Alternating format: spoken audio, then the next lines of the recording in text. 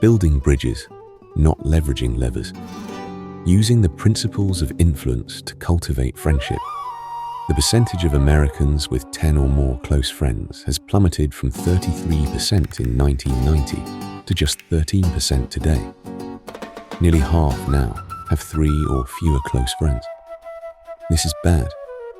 As we know, the deeper your friendships, the better your life.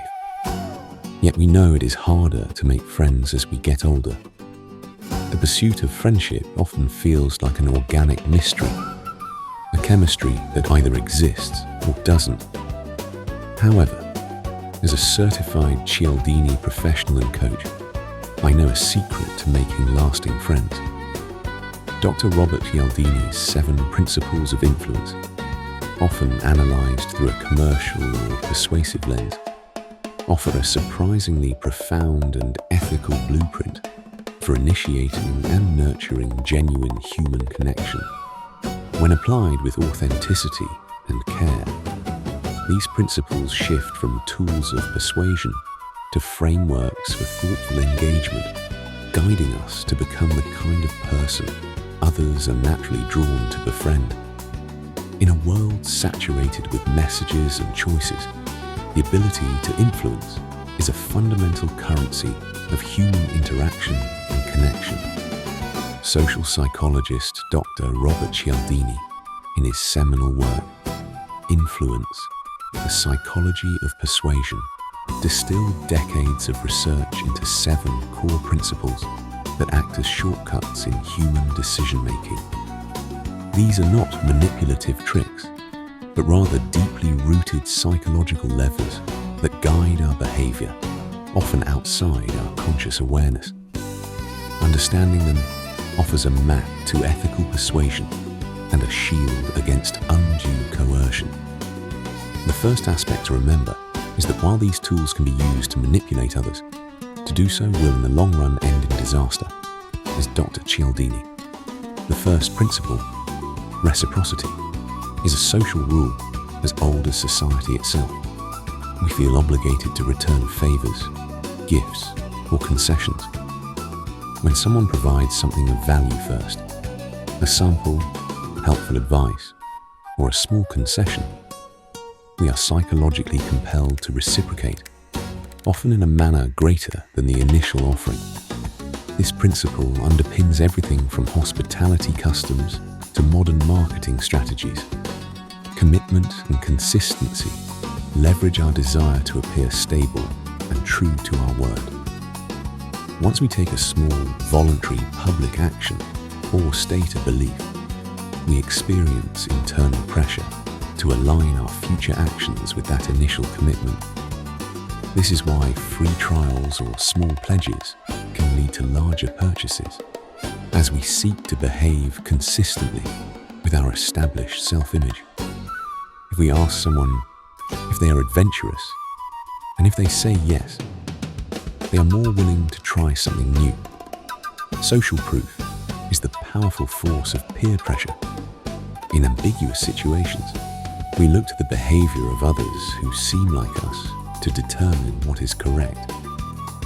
From crowded restaurants being perceived as better to user reviews and testimonials, we are influenced by the actions and opinions of our peers, especially those we identify with. When phrasing a request, you can be honest if it matches the request. You should try this dish. It is our most popular, especially with young men who like meat. The principle of liking is disarmingly simple. We are more easily persuaded by people we like. Factors that foster liking include physical attractiveness, similarity, compliments, and cooperative efforts. Building genuine rapport and finding common ground are not just matters of politeness. They are foundational to effective, ethical influence.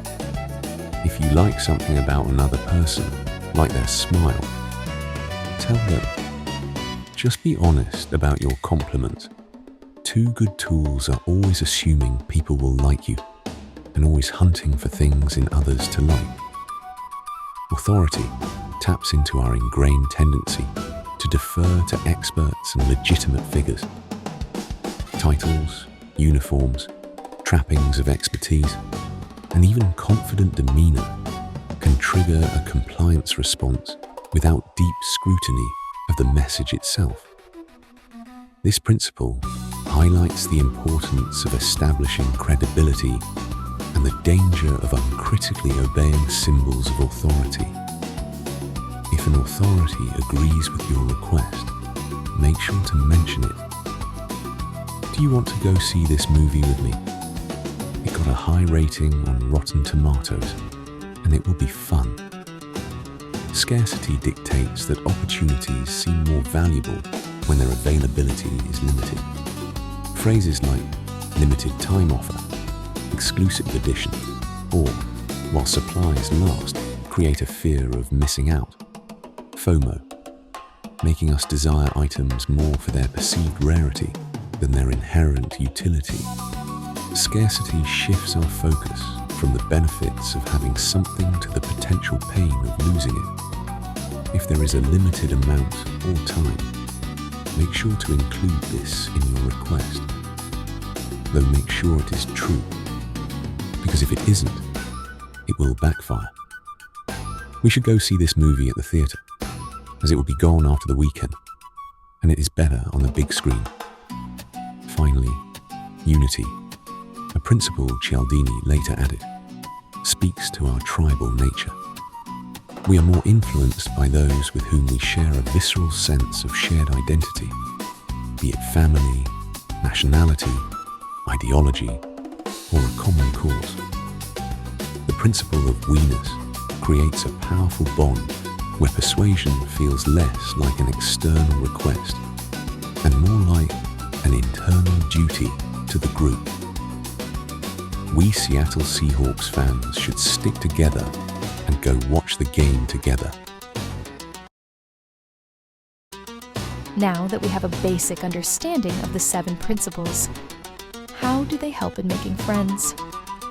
Dr. Cialdini's 7 principles: reciprocity, commitment, and consistency, social proof, liking, authority, scarcity, and unity, form a compelling framework for understanding the architecture of making friends.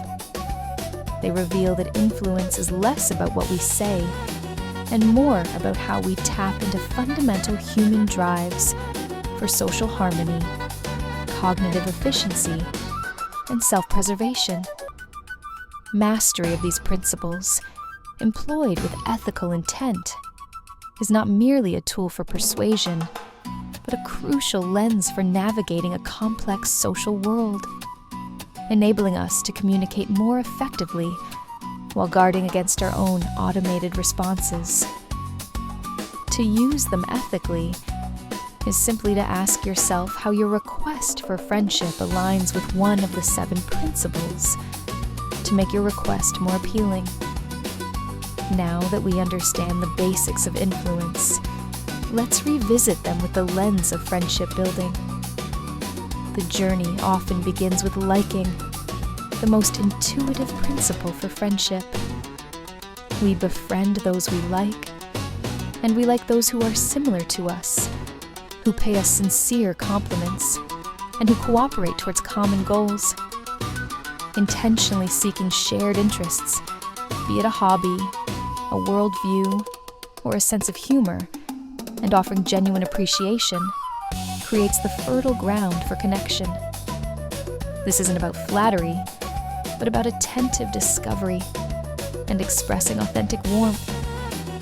Reciprocity acts as the social engine of budding friendship.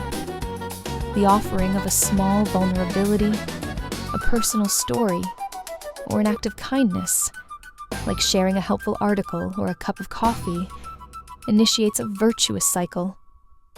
When someone shares in return, a bond of mutual give and take is woven. Crucially in friendship, the return should not be calculated, but should flow naturally from a growing sense of mutual care, transforming transactional exchange into relational trust.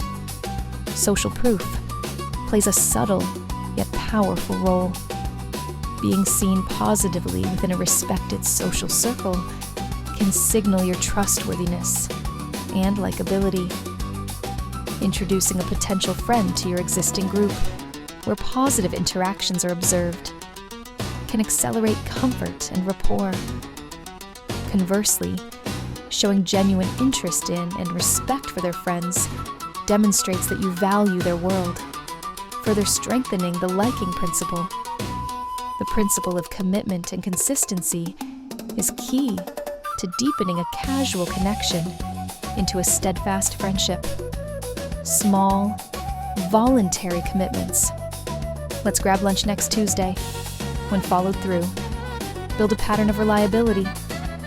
As you both consistently show up, share experiences, and honor small promises, you create a shared history. This consistency builds a powerful narrative. We are the kind of people who do things together, solidifying the friendship's identity. While authority in friendship isn't about titles, it manifests as credibility and wisdom. Being a reliable source of support, having thoughtful insights, or demonstrating competence in areas your friend values builds respect. This is not about dominance, but about becoming a person whose judgment and character are trusted, making you a more valued and sought-after companion. Scarcity, often commercial, finds a pure form in friendship, the scarcity of time and attention. In an overscheduled world, giving someone your undivided present attention is a rare gift. Making a new friend feel that your time with them is valuable and not taken for granted by being fully present and prioritizing plans signals that the relationship itself is scarce and precious. Finally, unity is the ultimate principle that transforms acquaintances into true friends. It's the cultivation of a shared we. This can be fostered through shared experiences that create inside jokes, through mutual support during challenges, or by identifying with a common cause or community. When you move from you and I to us, the bond transcends transactional influence and enters the realm of kinship. Practicing the principles of influence to make friends is not a manipulative strategy, but a handbook for conscious pro-social behavior. It guides us to be reliably kind, consistency, generously initiating, reciprocity, authentically engaging, liking, respectfully integrated, social proof and authority, thoughtfully present, scarcity, and ultimately devoted to building a shared identity, unity, employed with sincerity. These principles help us architect the conditions where friendship, that most organic of miracles, can reliably take root and flourish. We become not influencers, but worthy friends. So here's the challenge. Like all things in life, they take practice. For 1 month, choose one of the 7 principles and use it to make a friend or deepen a friendship. Every morning, start by reminding yourself of your chosen principle. Every night, ask yourself how you use that principle during the day. You can use any one of the principles, but the easiest I found is starting out with liking. Do it, and it will transform your life.